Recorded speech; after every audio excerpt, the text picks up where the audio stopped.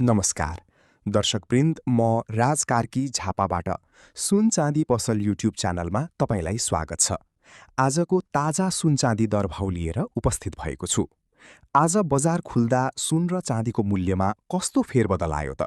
कि आज भाउ घट्यो वा बढ्यो? धेरैको चासोको विषय बनेको आजको आधिकारिक रेट र बजारको अवस्थाबारे हामी यो भिडियोमा चर्चा गर्नेछौँ। भिडियो अन्तसम्म हेर्नुहोला ताकि तपाईले कुनै पनि महत्त्वपूर्ण जानकारी नछुटाउनुहोस्।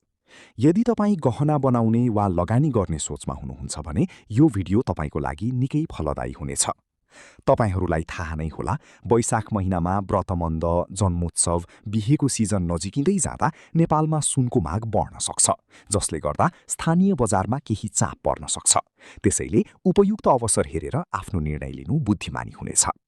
आज मिति 2083 साल वैशाख महिनाको 13 गते आइतबार। नेपाल सुनचाँदी व्यवसायी महासङ्घका अनुसार आज छापावाल सुनको मूल्य प्रतितोला 2,79,200 रुपैयाँ कायम गरिएको छ।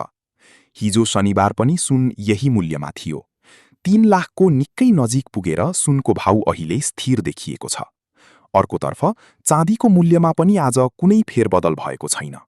आज चाँदी प्रतितोला 4,995 रुपैयाँमा कारोबार भइरहेको छ।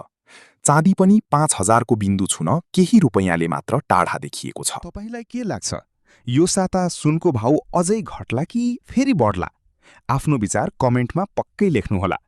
दैनिक रूपमा यस्तै आधिकारिक र विश्वसनीय सुनचाँदीको अपडेटका लागि हाम्रो च्यानल सुन चाँदी पसललाई सब्स्क्राइब गर्न नभुल्नुहोला।